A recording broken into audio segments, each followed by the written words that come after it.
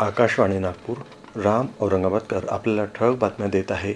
उत्पन्नाचा नवा स्रोत निर्माण करण्याच्या उद्देशानं राज्य परिवहन महामंडळ राज्यभरात आपल्या मालकीच्या 250 पेक्षा जास्त जागांवर इंधन विक्री सुरू करणार असल्याची माहिती राज्याचे परिवहन मंत्री प्रताप सरनाईक यांनी दिली आहे. एसटी महामंडळाच्या मुख्यालयात आज झालेल्या बैठकीत ते बोलत होते. शीख धर्मगुरू गुरु नानक यांच्या जयंतीच्या पूर्वसंध्येला राष्ट्रपती द्रौपदी मुर्मू यांनी सर्व देशवासियांना शुभेच्छा दिल्या आहेत. गुरु नानक यांचे आदर्श आणि मूल्यांचा स्वीकार करून चांगला समाज निर्माण करण्यासाठी प्रेरित करणारा हा दिवस असल्याचं मुर्मू आपल्या समाज माध्यमांवरच्या संदेशात म्हणाल्यात.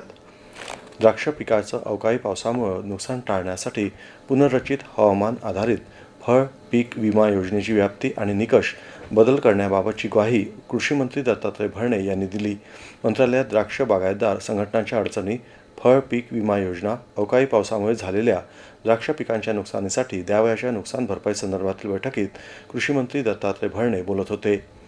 नाशिकमध्ये सुरू असलेल्या रणजी क्रिकेट करंडक स्पर्धेतला महाराष्ट्र आणि सौराष्ट्र यांच्यातला सामना आज पावसाच्या व्यत्ययामुळे अनिर्णित राहिला. सामना थांबला तेव्हा महाराष्ट्राच्या 10 षटकात 1 बाद 55 धावा झाल्या होत्या.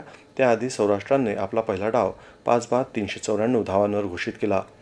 प्रसिद्ध उद्योगपती आणि हिंदुजा उद्योग समूहाचे अध्यक्ष गोपीचंद हिंदुजा यांचं आज लंडनमध्ये निधन झालं. ते 85 वर्षाचे होते. ब्रिटनमधल्या सर्वात श्रीमंत व्यक्तींमध्ये त्यांचा समावेश होता.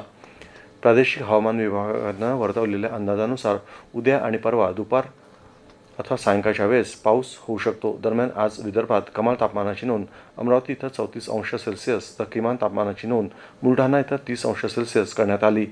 याबरोबरच हे ठळक बातमीपत्र संपलं. पुढील बातमीपत्र उद्या सकाळी 10:58 प्रसारित केलं जाईल. नमस्कार.